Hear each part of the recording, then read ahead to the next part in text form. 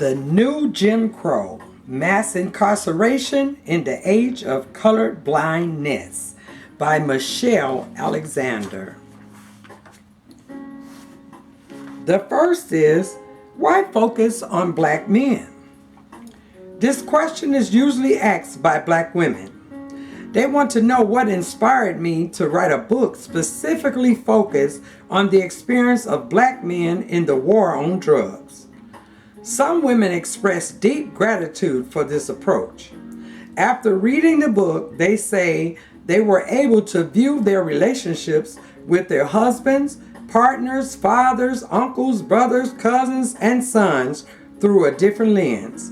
One middle-aged black woman told me through tears that she had not spoken to her father in more than 30 years, but after reading this book, she visited him in prison for the first time since childhood. She realized that she had blamed her father for leaving her in her youth. The book helped her to see how his disappearance was largely a product of forces and systems beyond his control. Her experience is not unique. Over the years, many women have shared with me that reading The New Jim Crow allowed them to release some of the hurt and anger they felt toward black men in their lives.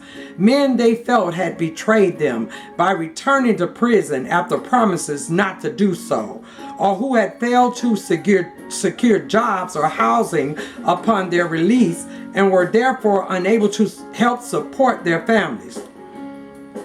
As one woman put it, I'm still angry that he can't seem to get a good job and that he's been rearrested twice and that I'm the one who has to feed our kids and bail him out. But now I don't just blame him. I see this whole system is working to keep us down and I want to do something about it. Jarvis Cotton cannot vote. Like his father, grandfather, great-grandfather, and great-great-grandfather, he has been denied the right to participate in our electoral democracy. Cotton's family tree tells the story of several generations of black men who were born in the United States but who were denied the most basic freedom that democracy promises: the freedom to vote for those who will make the rules and laws that governs one's life. Cotton's great-great-grandfather could not vote as a slave. His great-grandfather was beaten to death by the Ku Klux Klan for attempting to vote. His grandfather was prevented from voting by Klan intimidation. His father was barred from voting by poll taxes and literary tests. Today, Jarvis Cotton cannot vote because he, like many black men in the United States, has been labeled a felon and is currently on parole.